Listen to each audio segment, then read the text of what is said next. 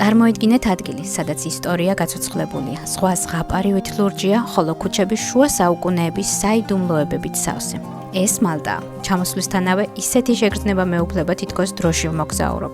აქ ყოველი კუთხე ისტორიას ყვება. უძველესი ტაძრები, რაინდების მიერ აშენებული ქალაქები და ზღვის საოცარი ხედები. და ეს ყველაფერი მხოლოდ დასაწყისია. მოდი ერთად აღმოვაჩინოთ მალტის ჯადოსნური სამყარო.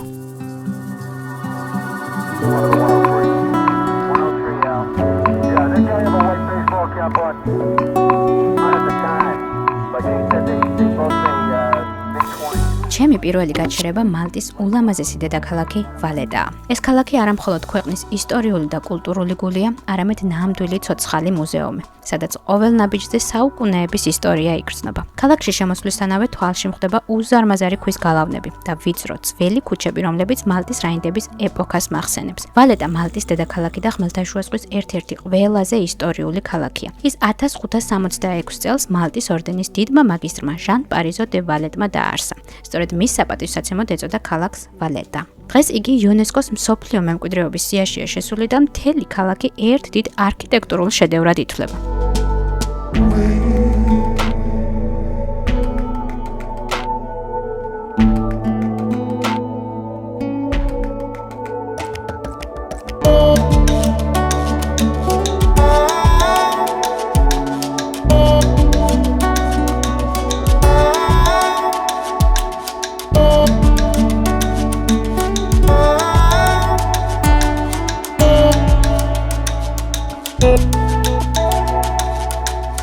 ჩემი პირველი გაჩერება წმინდა იოანეს საკათედრო ტაძარია. ეს არამხოლოდ ეკლესია, არამედ ნამდვილი ხელოვნების საგანძურია. რიგი ნახეთ რამხელაა. რიგში დგომა დიდად არ მიყვარს ხოლმე, ალბათ არც თქვენ, მაგრამ აქ მაინც დავდექი. ტაძარში შესვლა 15 евро ღირს, 12 წლამდე ბავშვები კი უფასოა. ტაძარში შესვლისთანავე პირველივე ნაბიჯზე სუნთქვა შემეკვრა. გარედან ტაძარი საკმაოდ უბრალოა, მაგრამ შიგნით ნამდვილი ბოროკოს შედევრია. ოქროსფრად მოხატული ჭერი, დეტალურად შესრულებული მარმარილოს იატაკი, მასიური სვეტები. ყველაფერი საოცარი სიმდიდრითაა გაფორმებული. შესასვლელში შეგიძლიათ ასეთი ტელეფონი გიდი აიღოთ, იგი სხვადასხვა ენაზეა და ტაძარში მოგზაურობას უფრო კომფორტულს გახდის. ტაძარი 1567 წელს მალტის რაინდებმა ააშენეს და ის მალტური ბოროკოს ერთ-ერთი ყველაზე დიდებული მაგალითია. საინტერესოა, რომ თითოეული მარმარილოს საფლავის ქვაზე სხვადასხვა სიმბოლოა ამოტვიფრული. აქ რაინდები არიან დაკრძალულნი. მაგრამ მთავარი მიზეზი, რის გამოც აქ მოვედი, კარავაჯოა.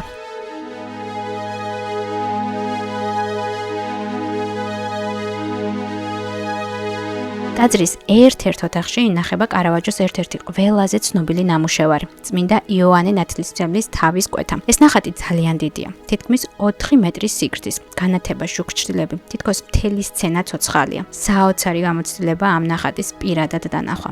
ასევე მინდა გითხრათ, რომ ეს კარავაჯოს ერთადერთი ნამუშევარია, სადაც თავისი ხელმოწერა აქვს დატოვებული.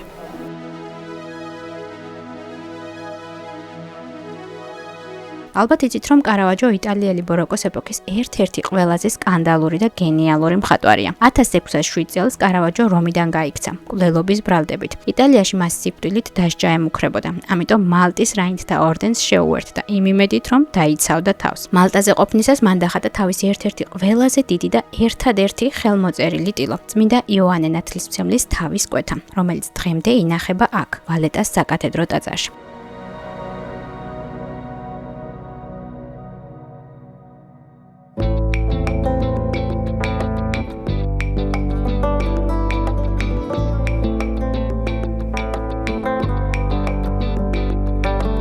გრძელდება ვალეტაში მოგზაურობა. მომდევნო გაჩერება ზედა ბარაკას ბაღებია. აქედან საოცარი ხედი იშლება. თითქოს მთელი მალტა ხელის გულზე გაქვს. აქედან ჩანს 3 ქალაქი: ვიქტორიოზა, სენგლია და კოსპიკუა. ეს ისტორიული ნავსადგურები ოდესღაც მალტის თავდაცვის ცენტრები იყო. ახლა კი ქალაქები, სადაც ისტორია ჰაერშიც კი იგრძნობა. მოგვიანებით ნავით აქაც გადავალ, მანამდე კი საუკუნოვან ქვემეხების სროლის ცერემონიას ვუყუროთ. საოცრად ბევრი ხალხია, ამიტომ თუ გსურთ რომ წინარიგები დაიკავოთ, აუცილებლად ადრე მოდით დაახლოებით 9 საათით.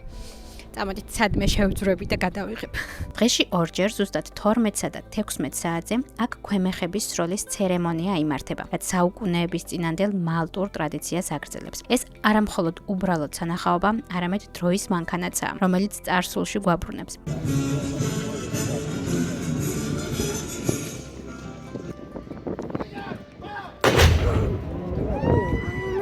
მალტის რაინდების დროიდან ამ ქვემეხებით გემებს აფრთხილებდნენ და ქალაქს იცავდნენ. დღეს კი ეს ცერემონია ტურისტებისთვის დაუვიწყარი გამოცდილებაა.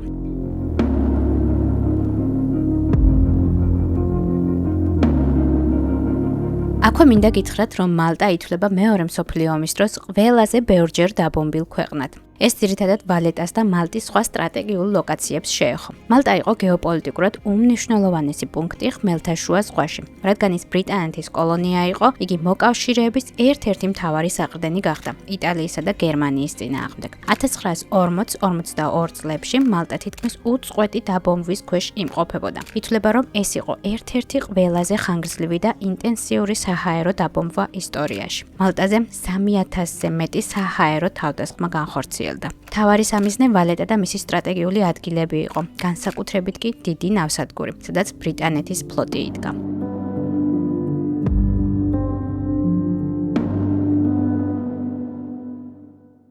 მოკლედ მალტელები ძალიან კომფორტული ხალხია, წარმოიდგინეთ ზედა ქალაქიდან ქვედაში ჩასასვლელად ლიფტი აქვთ.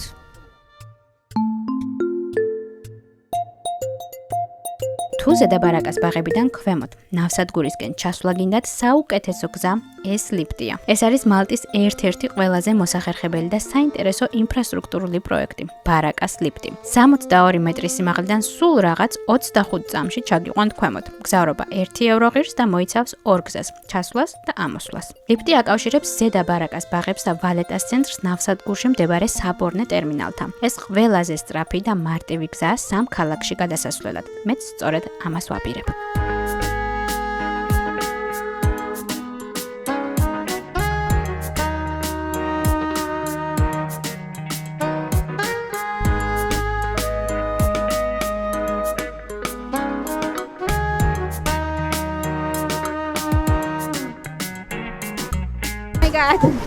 Wait, madam. Sit down, my friend. Извини, Елена. Don't go извини.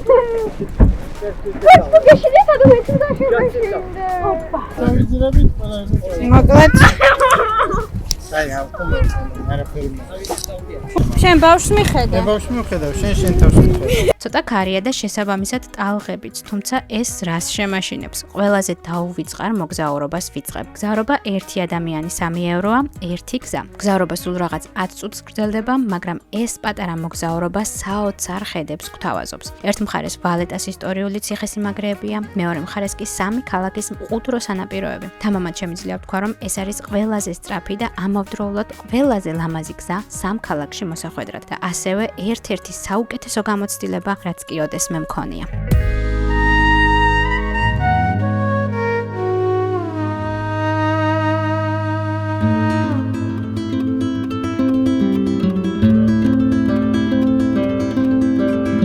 მოვადექი ვიქტორიოზას, იგივე ბირგუს სანაპიროს. ბორანიდან ჩამოსვლისთანავე ვხვდები. ვიქტორიოზა ვალეტასგან სრულიად განსხვავებულია. აქ უფრო მშვიდი, ავთენტური და ძველი მალტური ატმოსფეროა. სამი ქალაქიდან ბირგუ ყველაზე ისტორიულია. ის მალტის რაინდების პირველი დასახლებული ადგილი იყო, სანამ ვალეტას ააშენებდნენ. აქ თითოეული კედელი საუკუნეებს ინახავს. ქალაქის ვიწრო ქუჩებში სიარული თითქოს დროში, უკან დაბრუნებას გავს. ბალკონებზე სუფთა სარეცხი ფრიალებს. აქაური ყოველდღიურობა იმდენად მარტივი და ლამაზია, რომ დროის შეგრძნება მიქრება. ადგილობრივები ძალიან თბილი და კეთილგანწყობილები არიან ჩვენს მიმართ. რამდენიმე ადგილიც კი გვირჩიეს მოსანახულებლად. Yes. And that's the stairs. You go down. And then you go, there's another steps. Okay. Did you see it? And then you go to St. Catherine. Okay, thank you so much. Just see. Fine. Yes, enjoy.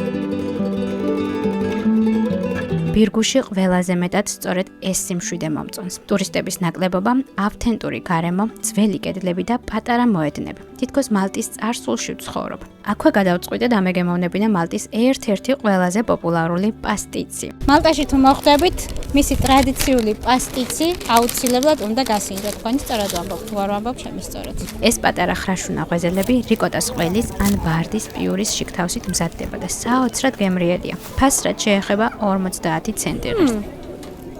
მე ავიღე ყველის. ფენდოვანი ხაჭაპურია რა. გემრიელია. ამბობენ მალტაში ყოფნისას მისი გასინჯვა აუცილებელიაო.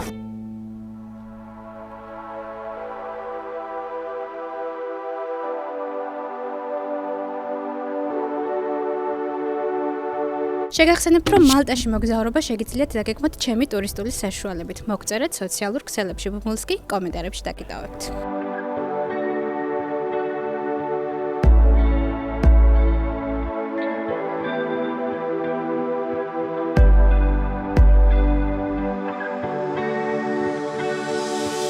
ვალეტაში დაბრუნებული გავემართე კარმელის მთის ღვთისმშობლის ბაზილიკისკენ. ქალაქში სეირნობისას შეუძლებელია თვალი არ მოჰკრათ ამ შთამბეჭდავ გუმბათს. იგი ერთ-ერთი ყველაზე ცნობილი ტაძარია მთელს მალტაში. ტაძარი პირველად მე-16 საუკუნეში ააგეს, მაგრამ მეორე მსოფლიო ომის დროს დაინგრა და შემდეგ აღადგინეს. მისი 42 მეტრიანი გუმბათი ერთ-ერთი ყველაზე მაღალია მალტაზე. შიგნით კი დახვეწილი ბაროკო სტილის ინტერიერი დაგხვდებათ. აქაურობა მხოლოდ არქიტექტურული შედევრი კი არა, სულიერი თავშესაფარიცაა, სადაც ადგილობრივები მშვიდად ლოცულობენ. ვალეტას ხმაურიანი ქუჩების შემდეგ აქ მოხვედრა თითქოს სიმშვიდის სამყაროში გადასვლას გავს.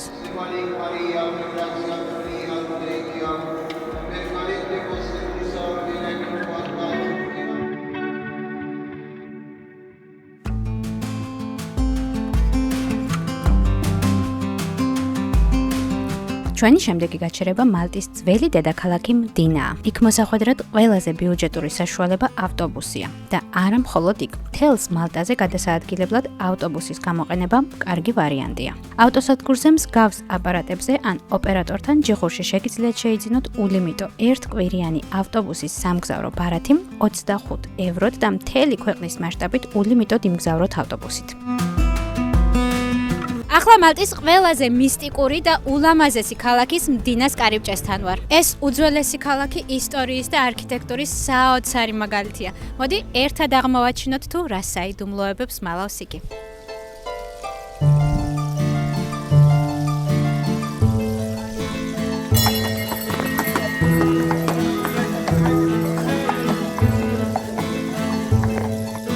როგორც კი მდინას მთავარი კარიბჭე გავიარე, მივხვდი, რომ თანამედროვე სამყარო უკან მოვიტოვე. მდინა 4000 წელზე მეტი ხნისაა და ოდესღაც მალტის დედაქალაქი იყო. მას შემდეგ, რაც დედაქალაქი მდინადან ვიტორიოზაში გადაიტანეს, ქალაქი თითქმის დაცარიელდა. დროის განმავლობაში ხალხმა ის მოჩვენებათა ქალაქად მიიჩნია, რადგან აქაურობა სიცოცხლის გარეშე დარჩა. სწორედ ამ მიზეზით მას მდუმარე ქალაქის მეტსახელი ეწოდა.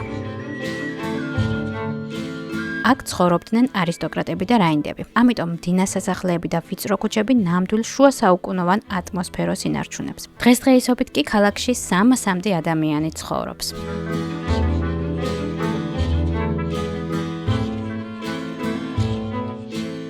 მდინას მისტიკა მხოლოდ სიჩუმით არ შემოიფარგლება. ამბობენ, რომ აქ ღამით მოჩვენებები ჩდებიან. ერთ-ერთი მათგანი ღამით ქალაქის კარიბჭესთან ჩდება. ამბობენ, რომ ეს არის შუა საუკუნეების რაინდი, რომელიც თითქოს ქალაქის დაცვას აგრძელებს. ნახოთ, შევხვდებით თუ არა ამ რაინდის აჩრდილს. თუმცა ჯერ ქალაქის უკეთ გაცნობა მსურს.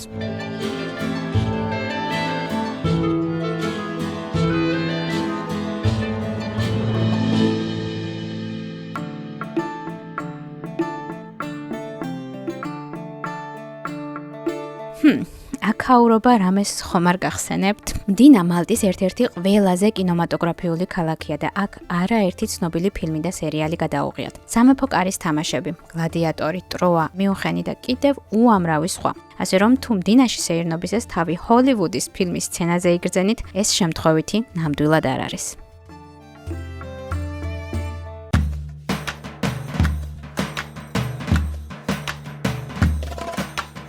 კიდევ ერთ საინტერესო მომენტს მოვადეკით. მოკლედ მალტელები ძალიან ჭკვიანი ხალხი იყვნენ, მათ ზუსტად იცოდნენ თუ როგორ უნდა აებნიათ თავგზა და შეცდომაში შეეყვანათ თავად ეშმაკიც კი.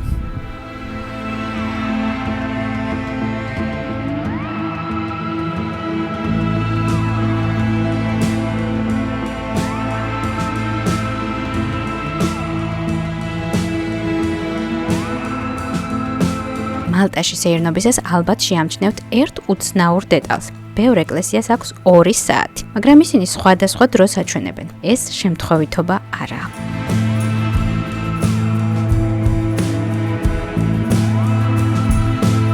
ეს არის ერთ-ერთი ყველაზე საინტერესო და მისტიკური ტრადიცია, რომელიც მალტელებმა საუკუნეების განმავლობაში შეინარჩუნეს. ლეგენდის მიხედვით, ამით ეშმაკს ატყუებდნენ. ამბობენ, რომ ეშმაკი ყოველთვის ცდილობს ეკლესიაში შესვლას და მორწმუნეთათვის ლოცვაში ხელის შეშლას. ამიტომ მალტელებმა მოხერხებული ხრიკი მოიფიქრეს. მათ ეკლესიების ფასადზე დააყენეს 2 საათი. ერთი ნამდვილი დროით, მეორე კი მცდარი. იდეა მარტივია. ეშმაკი, რომელიც დაბნეულია, ვეღარ იგებს, როდის არის ღვთისმსახურების დრო. ეს პატარა, მაგრამ გონივრული ხრიკი მალტის კულტურისა და რწმენის ნაწილია. საუკუნეების შემდეგაც კი ეს ტრადიცია კვლავ ცოცხალია და თითოეული ეკლესია ამით გვიყვება ისტორიას თუ როგორ ცდილობდნენ მალტელები ბოროტის განდევნას.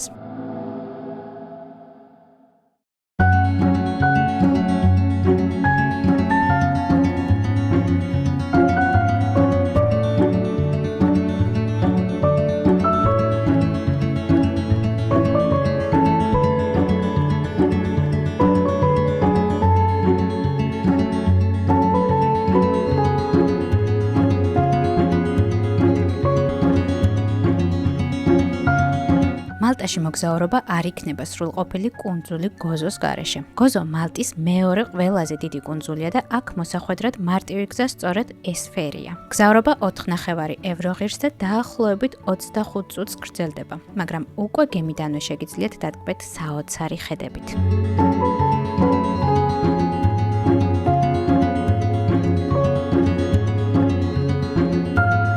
გზად კომინოსაც გაივლით, რომელიც ცნობილია თავისი ლურჯი ლაგუნით, პატარა 64 ზღვაში. საღამოს აქ სტუმრობასაც ვაპირებ. ამასობაში მოვუახლოვდით გოზოს პორტს. უკვე მოუთმენლად ველი, როდის დავიწყებ მის აღმოჩენას.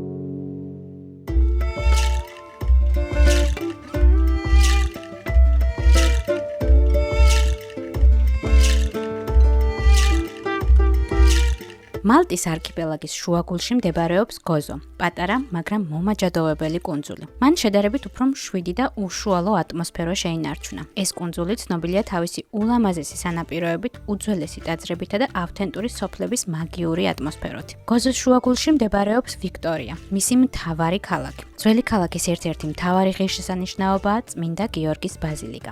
აქ ვიზიტი 3 ევრო ღირს. ეს ულამაზესი ბოროკოს სტილის ტაძარი თავისი მდიდრული ინტერიერით ნამდვილად შთამბეჭდავია. აქაურობა სავსეა ოქროსფერი დეტალებით და საოცარი ფრესკებით, რაც მის სამლოცველო სივრცეს კიდევ უფრო გამორჩეულს ხდის.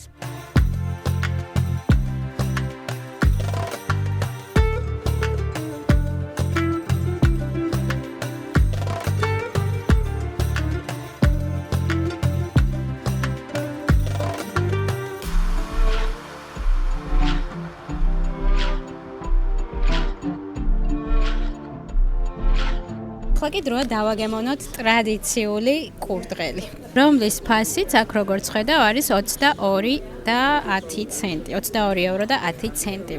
ნახოთ როგორი იქნება და რას მოგვიტანენ. ვინოში მოშუშული კურდღლის ხორცი მალტური სამზარეულოს ერთ-ერთი ყველაზე პოპულარული და აუცილებლად დასაგემოვნებელი კერძია. ეს კერძი განსაკუთრებულია მალტაში. საუკუნეების განმავლობაში მალტელებისთვის არა მხოლოდ გემრიელი კერძი, არამედ განსაკუთრებული შეკრებებისა და დღესასწაულების ნაწილი იყო. იოანიტთა ორდენმა მალტაში კურდღლის ნადირობა მე-16-მე-17 საუკუნეებში აკრძალა, რადგან სურდათ ველური ბუნების დაცვა და სანადირო ცხოველების შენარჩუნება. თუმცა თავად რაინდები ნადირობდნენ, ხოლო ადგილობრივებს ეს უფლება არ ჰქონდათ. მალტელებმა ფარულად მაინც გააგრძელეს კურდღლის მონადირება და მომზადება, რის შედეგადაც ჩაშუშული კურდღელი არა მარტო ტრადიციული კერძი, არამედ წინააღმდეგობისა და კულტურული თვითმყოფადობის სიმბოლოც გახდა.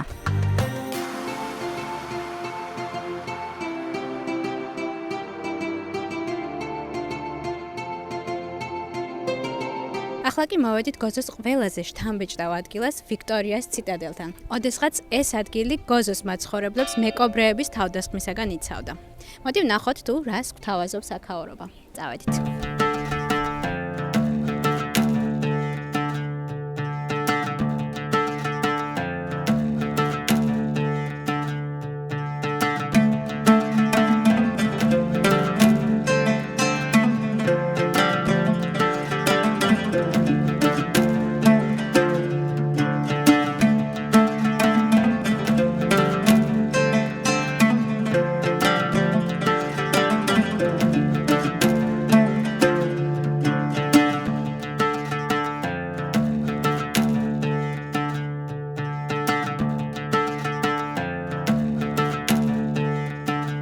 გოზოს გულში მდებარეობს ერთ-ერთი ყველაზე შთამბეჭდავი და ისტორიული ადგილი, ვიქტორიას ციტადელი. აქედან გოზოს თითქმის ყველა კუთხე ჩანს. სწორედ ამიტომ იყო ციტადელი სტრატეგიულად მნიშვნელოვანი. ადგილობრივებს შეეძლოთ მტრის შემოსევა წინასწარ შეემჩნიათ.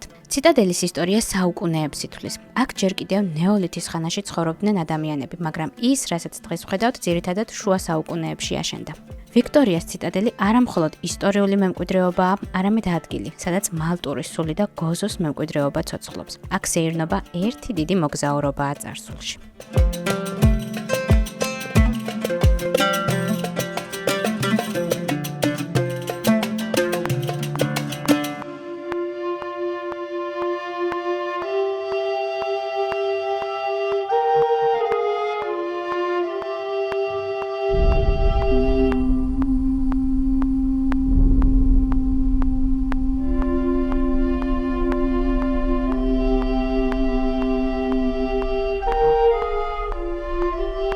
გოზოზე მოგზაურობისას ერთ-ერთი ყველაზე მნიშვნელოვანი ადგილი, რომელსაც ვერ გამოტოვებთ, ტაპინუს წმინდა ტაძარია. ადგილი, რომელიც სასწაულებისა და ლეგენდების ისტორიითაა მოცული. ლეგენდის მიხედვით 1893 წელს ადგილობრივმა კარმელ გრიმამ ლოცვისას ღვთისმშობლის ხმა გაიგონა. ამის შემდეგ უამრავი ადამიანი განიკურნა და ეს ადგილი მალტელებისთვის განსაკუთრებულ სიწმინდედ იქცა. ტაძარი გამოირჩევა გოთიკური ელემენტებით, დახვეწილი მოზაიკებით და ლამაზად მოხატული ინტერიერით. მას გარს აკრავს მშვიდი ბუნებრივი პეიზაჟები, რაც ამ ადგილს განსაკუთრებულ სულიერ და მედიტაციურ გარემოს უქმნის. და რა თქმა უნდა, აქედან იშლება ულამაზესი ხედები გოზოს მთელ კუნძულზე. ეს ადგილი იდეალურია სიმშვიდის საპოვნელად და ისტორიის გასაცოცხლებლად.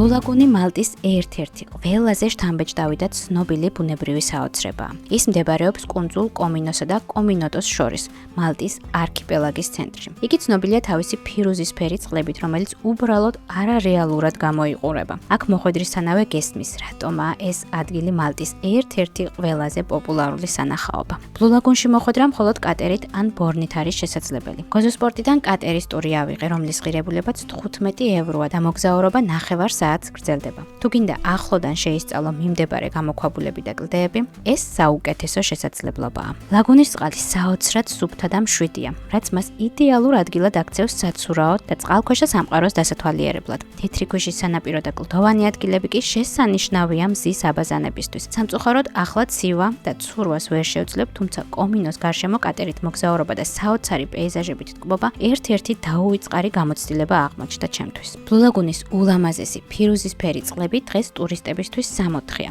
მაგრამ ოდესღაც ეს ადგილი სრულიად სხვა მიზნით გამოიყენებოდა. ადგილობრივები ამბობენ, რომ ძველად კომინო მეკობრეების თავშესაფარი იყო. მისი კლდოვანი სანაპიროები და ფარული გამოქვაბულები საშუალებას აძლევდა მათ ნადავლით დატვირთული გემები დაემალათ. დღეს კომინო და ბლუ-ლაგუნი აღარ წარმოადგენს მეკობრეთა თავშესაფარს, თუმცა მისი წყლები კვლავ ინახავს იმ დროთა საიდუმლოებებს. ვინ იცის, იქნებს სადღაც ამ სიღრმეებში დაკარგული განძით სიმალება.